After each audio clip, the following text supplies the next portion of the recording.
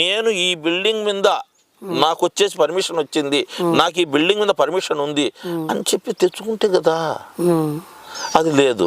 ఏడబ్ల్యూ land, పోరంపోకు land, కొండ పోరంపోకు 10-15లో నుంచి 445 ఎకరాల 89 సెంట్ల భూమిలో నుంచి పుట్టిన నెంబర్ ఇది. కొండపోరంపోకు హిల్ కొండ ఆర్ఎస్ఆర్ ప్రకారం చూపించమంటే అది కూడా చూపిస్తా. ఇప్పుడు మీకు ఇన్ని ఆధారాలు ఇవన్నీ పెట్టుకొని నేను నిరూపిస్తానని చెప్తా ఉన్నారు కదా, దీన్ని బహిరంగంగా ఓపెన్ గా వాళ్ళు ఏదైనా సవాల్ విసిరితే ఒకవేళ ఎదుర్కోవడానికి మీరు సిద్ధంగా ఉన్నారంటారా? ఏ ఒక్క సబ్జెక్టుకైనా కూడా నేను ఎదురు నిలబడి మాట్లాడేదానికి సిద్ధం. పత్రికా విలేకరుల సమక్షంలో ఎక్కడైనా సరే ఏ విధమైన సవాల్ వాళ్ళు విసిరినా, ఏ విధంగా రికార్డు మొత్తం ఏదైనా నా ఇంట్లో నుంచి కార్డులు సార్, నేను నా ఇంట్లో నుంచి నువ్వు రాసి ఇచ్చినట్టు తెచ్చి ఆడ పెట్టడం లేదు. పూర్వం ఆమెల మండల తహసీల్దార్ కార్యాలయం పుట్టినప్పటి నుంచి, మన ఆర్ఎస్ఆర్ వ్యవస్థ పుట్టినప్పటి నుంచి భూ సమస్య అనేది మన బ్రిటిష్ వాళ్ళు చేసినారు. ఆర్ఎస్ఆర్లు పుట్టినాయి. ఈ ఆర్ఎస్ఆర్ల ప్రకారము భూ విభజనలు అనేటివి జరిగినాయి. దాంట్లో నుంచే ఈ 22Aలు, డికేడీలు, చుక్కల భూములు, సోస్త్ర భూములు, ఆలయం మాన్యాలు, ఇంకొకటి వగేరా అని చెప్పేసి వచ్చినట్టు దాంట్లో నుంచి దిగబడినట్టు అయ్యి ఆ కాగితాలే మీ ముందర పెడతాడా?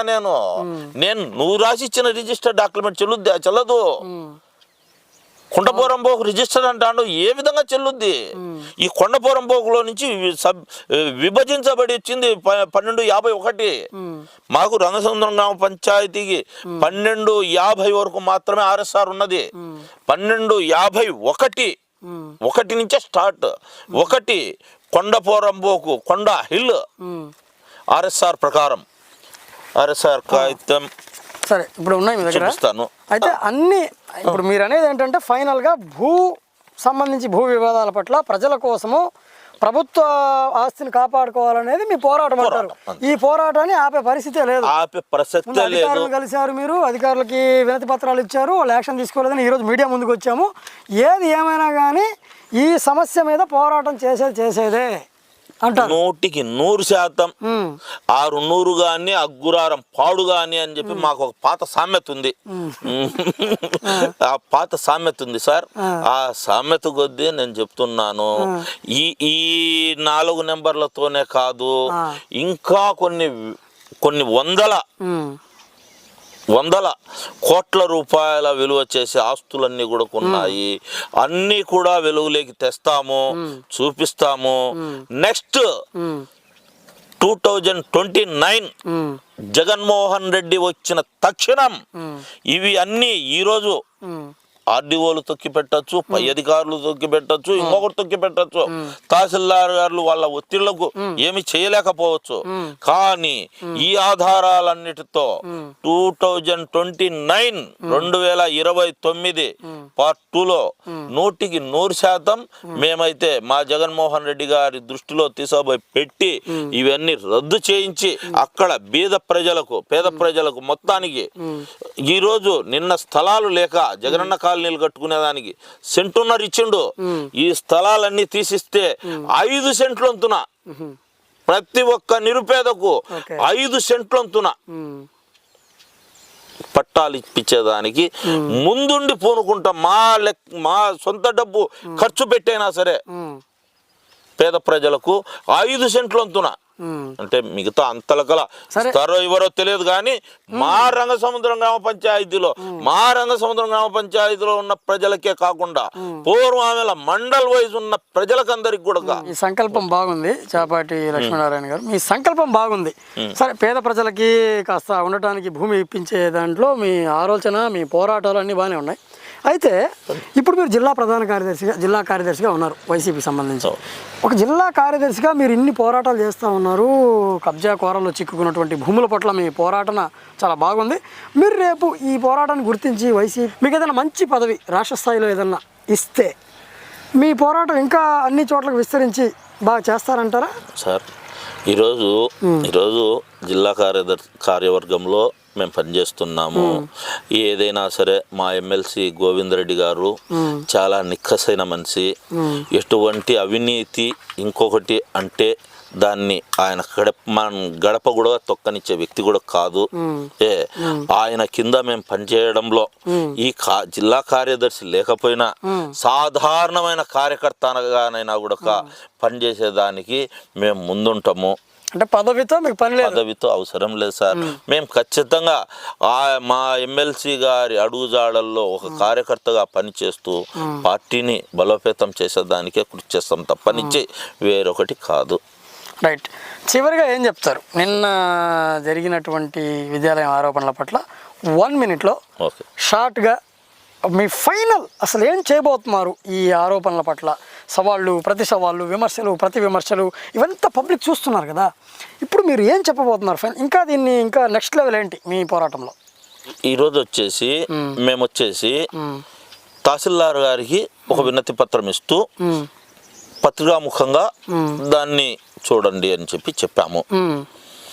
వాళ్ళు పత్రికాముఖంగా ఇచ్చిన దానికి తహసీల్దార్కి ఇచ్చిన అర్జీల మేరకు వాళ్ళు ఖచ్చితంగా నిఖాసుగా గతంలో అంతకు ముందు నాకు ఇచ్చిన అర్జీలోనే తహసీల్దార్ గారు ఇచ్చినారు 1251లో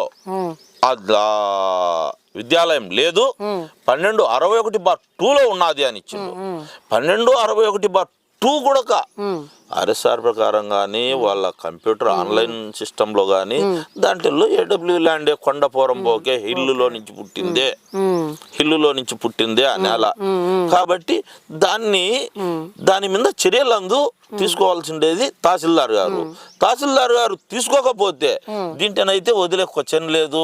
దీంట్లో మీద మేము న్యాయస్థానాలను కూడా సంప్రదిస్తాం. న్యాయస్థానాల ద్వారానైనా సరే ప్రజలకు పంచే దాంట్లో విద్యా సంస్థలు మూసివేయించే దాంట్లో ముందుండి ఖచ్చితంగా నడుపుతాం, చేస్తాం, చెందుతాం. ఖచ్చితంగా మూతపడేంత వరకు కూడా ఇడ్సాం. అధికారులు ఏ విధంగా ఇచ్చినారు, డిఓ గారు ఏ విధంగా దీన్ని చూస్తున్నాడు, అసలు డిఓ గారు కడప నుంచి వచ్చి పూర్వానంలో విజిట్ చేస్తున్నాడా లేదా, విజిట్ చేసి ఎక్కడ చేస్తున్నాడు, వెంగమాంబ విద్యాలయాన్ని విజిట్ చేశాడా లేదా డిఓ గారు, ఆయనకు ఈ విద్యాలయానికి ఈ పోరంబోకు భూమిలో ఉండాది అనేది తెలుసునా తెలియదా? తెలియకపోతే తెలియజేస్తున్నాం.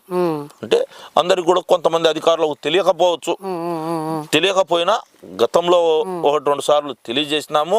ఇది 3వ సారి 4వ సారి తెలియజేస్తున్నాం. ఇంకా 2-3 సార్లైనా తెలియజేస్తాం డిఓ గారికి. వదిలే ప్రసక్తే లేదు. లాస్ట్కు ఏమైనా సరే లాస్ట్కు డిఓ గారిని కూడా హైకోర్టుకి ఇడుస్తాం. హైకోర్టులో దీని మీద చర్యలు తీసుకోకపోతే డిఓ గారిని కూడా కోర్టుకి ఇడుస్తాం. అంటే వాళ్ళ తప్పిదం బయటపడితే బయట ఖచ్చితంగా పడితే వారిని కూడా వదిలేది లేదు. అంటే ఎంతటి వారైనా కూడా ఈ విషయంలో మాత్రము తగ్గేదే లేదు. మా మీద కూడా అధికార పార్టీ ఉండాదని తప్పుడు కేసులైనా బనాయించేదానికి అవతల వాళ్ళైనా చూడొచ్చు కూడా చూసినా ఎన్ని కేసులు పెట్టినా పెట్టుకొని ఏమైనా చేసుకొని సరే.